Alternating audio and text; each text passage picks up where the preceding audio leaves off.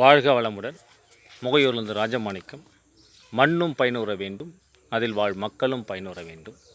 இன்பங்கள் கோடி எங்கும் நிறைந்திட வேண்டும், எல்லோரும் இன்புற்று வாழும் நிலை வேண்டும்.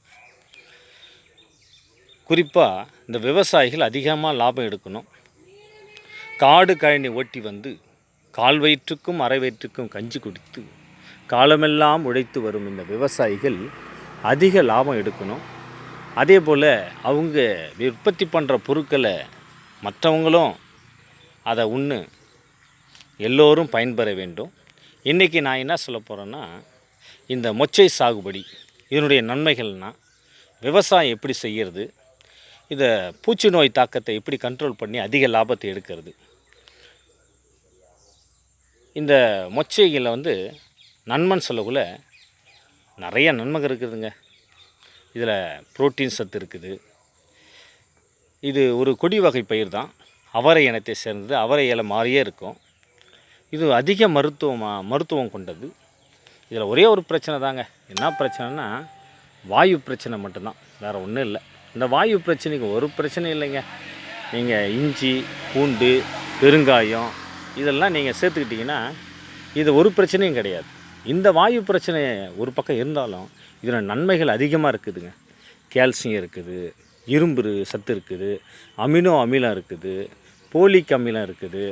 இது அதிகமான இரத்தத்தை உற்பத்தி செய்யக்கூடியது. அதே போல் உடம்பில் இருக்கிற அதிகமான கொழுப்பை குறைக்கக்கூடியது.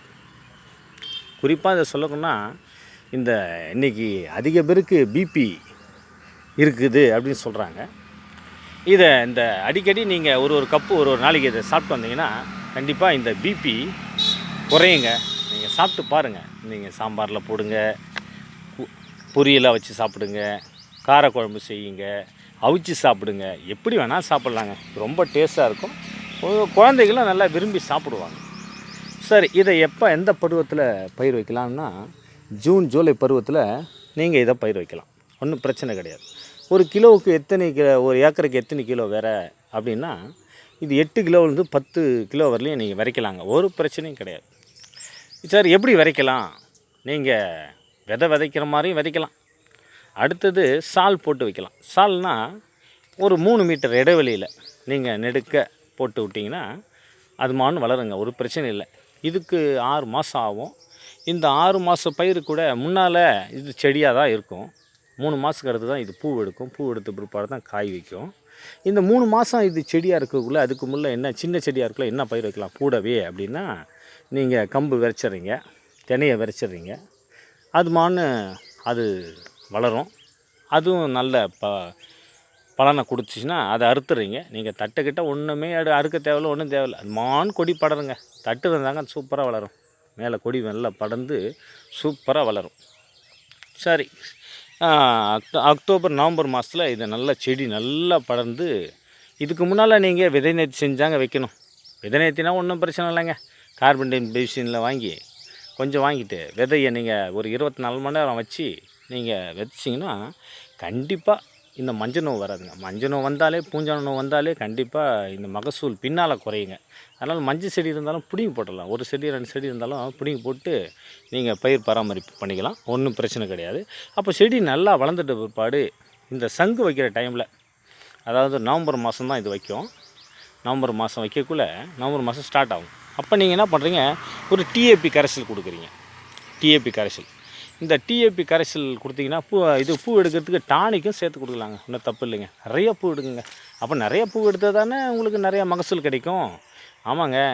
இதுக்கு மருந்து அடிக்கணும் அப்படின்னா நீங்கள் இலை வழி சாரே அடிக்கலாங்க. ஒன்றும் பிரச்சனை இல்லைங்க. ஒன்று எருக்கந்தழை எடுத்துங்க, ஊமத்தந்தழை எடுத்துங்க, அடுத்தது ஒட்டந்தழை எடுத்துங்க, அரளி கொட்டை எடுத்துங்க, அடுத்தது கொட்டை, வேப்பந்தழை. அதில் ஒரு ஏக்கர்னா அதில் 5 கிலோ எடுத்துக்கிறீங்க.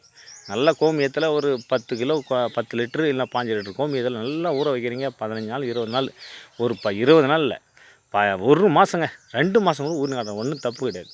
இந்த இலைசாறுன்றது 6 மாதம் வரலையும் பவர் இருக்குதுங்க. ஒன்றும் பிரச்சனை கிடையாது. நீங்கள் ஊற வச்சிட்டிங்கன்னா ஒரு 20 லிட்டரு 30 லிட்டர் கோமியத்தில் நீங்கள் ஊற வச்சுன்னு வச்சிங்களா பிரச்சனையே கிடையாதுங்க. ஒரு 10 கிலோ தழை அதுலேயும் 10 கிலோ போட்டு வச்சிங்கன்னா நீங்கள் எத்தனை வாட்டி வேணாலும் ஸ்ப்ரே பண்ணிக்கலாம். உங்களுக்கு ஒன்றும் பிரச்சனை இல்லை. என்னன்னா ஸ்டார்டிங்கில் சின்ன புழுவாக இருக்குள்ளே நீங்கள் அரெஸ்ட் பண்ணிட்டீங்கன்னா கண்டிப்பாக பிரச்சனை கிடையாது. அதை வளர விட்டால் தான் அப்புறம் பிரச்சனை ஏற்படும். அப்புறம் பெருசாகிடுச்சுன்னா அதுக்கு அதிக மருந்து கொடுக்கணும் ஒன்று. அது கூட சரி புழு பெருசாக தெரியுது, இலையை காயை அதிகமாக தாக்குது அப்படின்னா நீங்கள் ஒன்றும் பிரச்சனை இல்லைங்க, இந்த பவுடரை அடிச்சிக்கலாங்க, ஒன்றும் பிரச்சனை கிடையாது. அசிபேட் அடிக்கலாம், ரெக்கர் பவுடர் அடிக்கலாம். ஏற்கனவே இந்த கரைசலில் என்ன பண்ணுறீங்க, வெள்ளத்தை ஊற வச்சுறீங்க.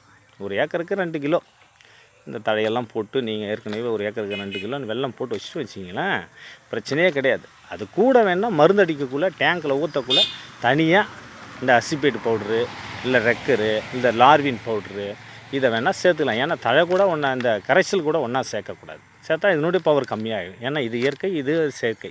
அதனால் செஞ்சு பாருங்கள், நல்ல மகசூல் கிடைக்குங்க. உண்மையிலேங்க இதை செஞ்சு வச்சிங்களேன் கண்டிப்பாக நிறைய லாபம் பார்க்கணும். குறிப்பாக இந்த விவசாயிங்கள்லாம் அவங்களே விற்கணுங்க. இன்றைக்கி ஒரு கிலோ வந்து 30 ரூபாயிலேருந்து 50 ரூபா வரையிலும் போதுங்க. ஒரு ஏக்கர் நீங்கள் பயிர் வச்சிங்களேன் உண்மையிலே 30,000லேருந்து 40,000 ஏன் 50,000 கூட எடுக்கலாங்க. அது உங்கள் கையில் தான் இருக்குது. நீங்களே விற்கணும். நீங்கள் விவசாயம் எல்லா உற்பத்தி பண்ணுற பொருளையும் அந்தந்த முதலாளி தான் விற்கிறான். ஆனால் இந்த விவசாயி உற்பத்தி பண்ண பொருளை தான் அவங்கவுங்க விற்க முடியாதால் தான் நஷ்டம் வருது. ஏன்னா இடைத்தரகர் மூலமாக இது அதிக நஷ்டம் ஏற்படுது. அதனால் விவசாயிகள், ஆர்வமுள்ள விவசாயிகள் இதை கண்டிப்பாக பயிர் வைக்கணும், அதிக லாபம் எடுக்கணும். குறிப்பாக இதை உயர் ரத்த அழுத்தம், கொழுப்பு இருக்கிறவங்க அதிகமாக நீங்கள் இதை பயிர் வச்சு நீங்கள் உடல் ஆரோக்கியத்தோட வாழுங்கள். வாழ்க வளமுடன். நன்றி.